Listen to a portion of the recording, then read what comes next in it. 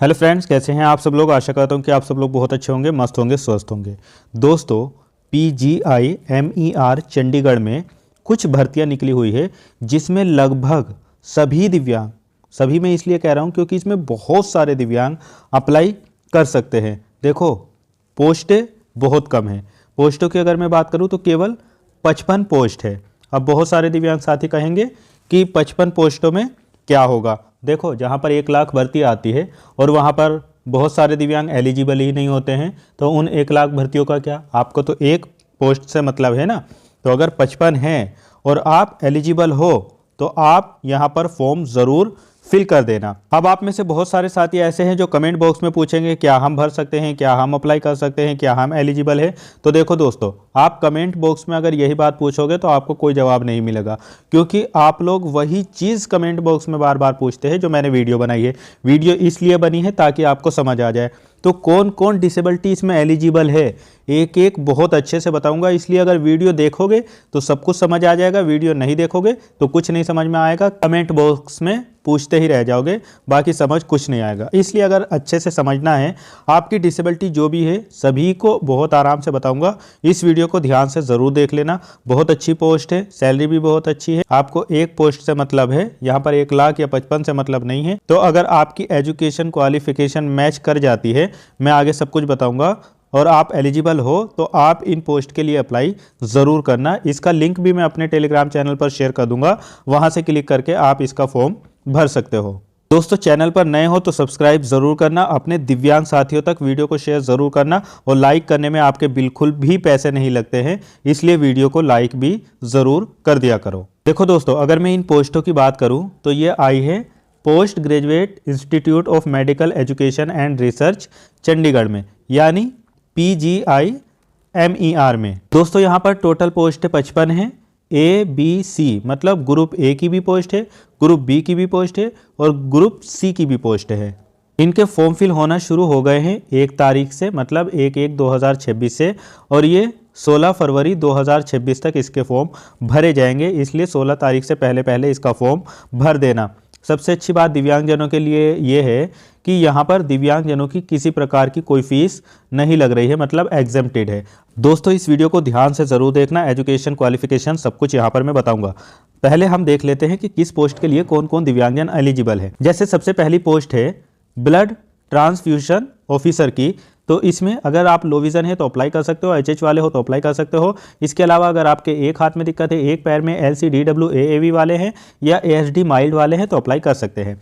अगली पोस्ट यहाँ पर स्टोर कीपर की है, जिसमें लो विजन वाले, डेफ HH वाले अप्लाई कर सकते हैं। और अगर किसी के एक पैर में दिक्कत है या CP वाले हैं या LCDW AAV वाले हैं तो अप्लाई कर सकते हैं। इसके अलावा ASD और ID SLD MI या MD है तो भी अप्लाई कर सकते हैं। अगली पोस्ट यहाँ पर जूनियर इंजीनियर सिविल वाली है, जिसमें डेफ HH वाले अप्लाई कर सकते हैं। यहाँ ब्लाइंड या लो विजन वाले अप्लाई नहीं कर सकते हैं। और इसमें OA मतलब एक हाथ, OL और LCDW AAV SLD MI और MD वाले अप्लाई कर सकते हैं। फिर जूनियर इंजीनियर इलेक्ट्रिकल की जो पोस्ट है उसमें भी def HH, OL LCDW CP AAV और ASD SLD MI और MD अप्लाई कर सकते हैं।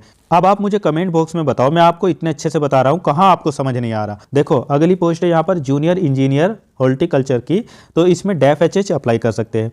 बाकी OA OL LCDW AAV SLD MI और MD वाले अप्लाई कर सकते हैं। फिर अगली पोस्ट है यहाँ पर फार्मासिस्ट ग्रेड 2 की, इसमें डेफ HH वाले अप्लाई कर सकते हैं, ब्लाइंड वाले नहीं कर सकते हैं, वो लो विजन हो या टोटली ब्लाइंड हो। ठीक है। इसके अलावा LD कैटेगरी में OL BL CP LCDW AAV और ASD SLD MI MD वाले अप्लाई कर सकते हैं। बहुत लोग कहते हैं कि क्या LD वाले अप्लाई कर सकते हैं, तो ये सब कैटेगरी जो OL BL CP LCDW AAV होते हैं ये सब LD में ही तो आते हैं। ये भी तो सोचो, OH लिखा हो या LD लिखा हो और उसके अंतर्गत OL BL CP LC ये सब आते हैं, ये चीज़ याद रखना। अब देखो, अगली पोस्ट है यहाँ पर रिसेप्शनिस्ट की। इस पर अगर टोटली ब्लाइंड या लो विजन है तो अप्लाई कर सकते हैं। यहाँ पर डेफ वाले नहीं कर सकते, HH वाले जो हार्ड ऑफ हियरिंग वाले हैं वो अप्लाई कर सकते हैं। इसके अलावा अगर किसी के एक हाथ में दिक्कत है या एक पैर में या दोनों पैरों में या दोनों हाथों में, या अगर आप CPB है या LCD, WAAV, MDY यानी मस्कुलर डिस्ट्रोफी और ASD, SLD, MI और MD वाले हैं तो अप्लाई कर सकते हैं। अब आप सोचिए कि यहाँ पर लगभग सब दिव्यांगजनों को मौका दिया गया है। इसके अलावा अगली पोस्ट है यहाँ पर सैनिटरी इंस्पेक्टर ग्रेड 2 की। इसमें भी टोटली ब्लाइंड और लो विजन दोनों अप्लाई कर सकते हैं, डेफ HH वाले भी कर सकते हैं, और LD यानी OH कैटेगरी में OA, OL, CP, LC, DW, AAV, इसके अलावा ASD, SLD, MI और MD वाले अप्लाई कर सकते हैं। दोस्तों अगली पोस्ट है यहाँ पर जूनियर फोटोग्राफर की। इसमें टोटली ब्लाइंड, लो विजन दोनों अप्लाई कर सकते हैं, डेफ HH अप्लाई कर सकते हैं, इसके अलावा OA, OL, OAL और CP, LC, DW, AAV, SD, MI और SLD, MD वाले भी अप्लाई कर सकते हैं। फिर अगली पोस्ट है यहाँ पर डेंटल मैकेनिक ग्रेड 2 की। इसमें ब्लाइंड वाले अप्लाई नहीं कर सकते, डेफ HH अप्लाई कर सकते हैं, और LD कैटेगरी में भी OL, DW, AAV वाले ही अप्लाई कर सकते हैं। इसके अलावा ASD, SLD, MI और MD वाले अप्लाई कर सकते हैं। दोस्तों अगली पोस्ट है यहाँ पर डार्क रूम असिस्टेंट ग्रेड 3 की। इसमें ब्लाइंड वाले अप्लाई नहीं कर सकते, बाकी डेफ HH अप्लाई कर सकते हैं। इसके अलावा OL, BL, CP, LC, DW, AAV, LD category में ये अप्लाई कर सकते हैं, और इसके अलावा ASD, SLD, MI और MD वाले भी अप्लाई कर सकते हैं। फिर अगली पोस्ट है यहाँ पर एनिमल कीपर की। इसमें लो विजन वाले अगर हैं तो अप्लाई कर सकते हैं, डेफ HH वाले अप्लाई कर सकते हैं। लोकोमोटर डिसेबिलिटी में भी अगर एक पैर में दिक्कत है, एक हाथ में दिक्कत है, और CP, LC, DW, AAV या ASD, SLD और इसके अलावा ID और MI वाले भी है तो वो भी अप्लाई कर सकते हैं। फिर इसके बाद में अगली पोस्ट है यहाँ पर CSR असिस्टेंट ग्रेड 2 की। इसमें ब्लाइंड अप्लाई नहीं कर सकते हैं, बाकी डेफ HH अप्लाई कर सकते हैं। लोकोमोटर डिसेबिलिटी में OL, CP और DW, AAV वाले अप्लाई कर सकते हैं। इसके अलावा ASD और ID, SLD, MI और MD वाले भी अप्लाई कर सकते हैं। अगली पोस्ट है यहाँ पर टेक्नीशियन ग्रेड 4 वाली।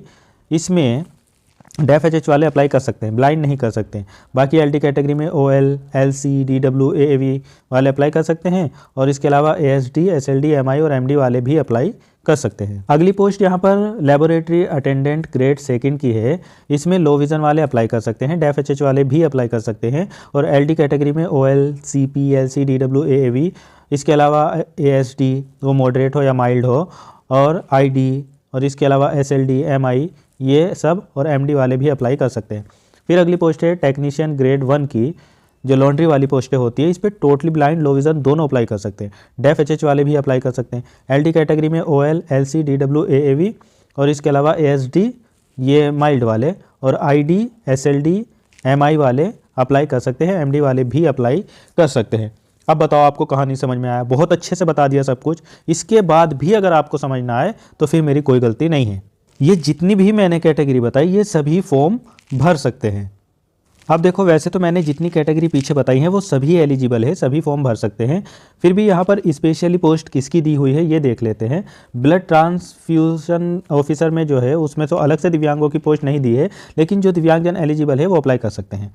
इसके अलावा स्टोर कीपर में एक पोस्ट है जो डेफ HH वालों के लिए है, बाकी जो पीछे मैंने बताया जो एलिजिबल है वो अप्लाई कर भी सकते हैं। जूनियर इंजीनियर वाली पोस्ट में एक ही पोस्ट है जो SLD, MI और MD वालों के लिए है, बाकी जो एलिजिबल है वो अप्लाई कर सकते हैं। इसके अलावा जूनियर इंजीनियर या जूनियर इंजीनियर हॉर्टिकल्चर इसमें अलग से पोस्ट नहीं है, पर अगर आप एलिजिबल है तो बिल्कुल अप्लाई कर सकते हैं। इसके अलावा फार्मासिस्ट की जो पोस्ट है एक ही पोस्ट है ASD, SLD, MI और MD के लिए, लेकिन अगर आप एलिजिबल है तो आप इसमें अप्लाई कर सकते हैं। रिसेप्शनिस्ट पर एक पोस्ट HH की है अलग से, लेकिन अगर आप एलिजिबल है तो अप्लाई कर सकते हैं। सैनिटरी इंस्पेक्टर वाली जो पोस्ट है उसमें एक पोस्ट ब्लाइंड, लो विजन के लिए है, बाकी अगर आप एलिजिबल है तो अप्लाई कर सकते हैं। आगे भी जितनी पोस्टें हैं अगर आप एलिजिबल है तो अप्लाई कर सकते हैं। डार्क रूम असिस्टेंट के लिए एक पोस्ट है ASD, SLD, MI और MD वालों की, तो अगर आप एलिजिबल है तो यहाँ पर भी आप अप्लाई कर सकते हो। बाकी एक पोस्ट जो इन लोगों के लिए है तो इनकी ये रिज़र्व है। फिर इसके बाद में CSR असिस्टेंट ग्रेड 2 में डेफ HH वालों के लिए एक पोस्ट है अलग से, बाकी आप एलिजिबल है तो आप अप्लाई कर सकते हैं। और टेक्नीशियन ग्रेड 1 लॉन्ड्री वाली जो पोस्ट है उसमें एक पोस्ट अलग से ब्लाइंड और लो विजन की है, बाकी आप यहाँ पर भी एलिजिबल है तो आप अप्लाई कर सकते हो। देखो यहाँ पर आपको पे लेवल, एज कितनी मांगी गई है और क्वालिफिकेशन क्या है, ये चीज़ बहुत अच्छे से समझाने वाला हूँ, यहाँ पर समझ लो। देखो जो स्टोर कीपर की पोस्ट है उसके लिए पे लेवल 6 रहेगा, मतलब 35,000 से आपकी शुरुआत हो जाएगी और ये 1,12,400 तक यहाँ पर सैलरी रहेगी। इसके लिए आपके पास में बैचलर डिग्री यानी ग्रेजुएशन होना चाहिए मैथ में या इकोनॉमिक्स में या कॉमर्स में या स्टैटिक्स में, ठीक है। अब आप ये समझ लो, अगर मैथ से आपने ग्रेजुएशन किया है तो भी चल जाएगा, इकोनॉमिक्स से किया है या कॉमर्स से किया है या स्टैटिक्स से किया है तो भी चल जाएगा। इसके अलावा उसके साथ में आपने एमबीए किया हो या post graduation in math, economics, commerce, statics, finance वगैरह में किया है 50% मार्क्स से, तो आप अप्लाई कर सकते हो स्टोर कीपर के लिए, अगर आप एलिजिबल हो तो। वो मैं पीछे बता चुका हूँ, ठीक है। और यहाँ पर एज जो है वो 18 से 30 वर्ष मांगी गई है, लेकिन दिव्यांगजनों को एज में रिलैक्सेशन भी दिया जाएगा, वो मैं आगे बता दूंगा।